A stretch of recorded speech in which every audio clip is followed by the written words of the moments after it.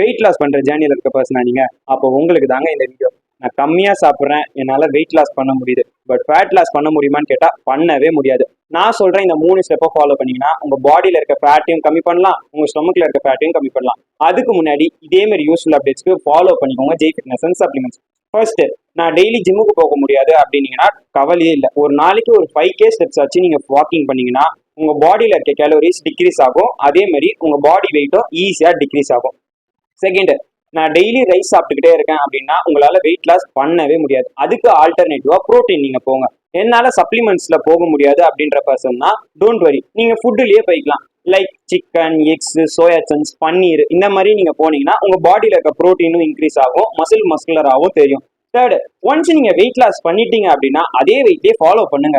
நீங்க அதிகமா fat increase பண்ணி வேணா டிக்ரீஸ் பண்ணிக்கலாம், பட் வெயிட் வந்து ஒரே பேலன்ஸா வச்சுக்கோங்க. அதுக்கு நீங்க ஹெல்த்தியான ஃபுட் சாப்பிடுங்க, வெஜிடபிள்ஸ் அதிகமா எடுத்துக்கோங்க, சிக்கன் அதிகமா சாப்பிடுங்க. இது மாதிரி சாப்பிட்றதுனால உங்க வெயிட் அதே பேலன்ஸா இருக்கும்.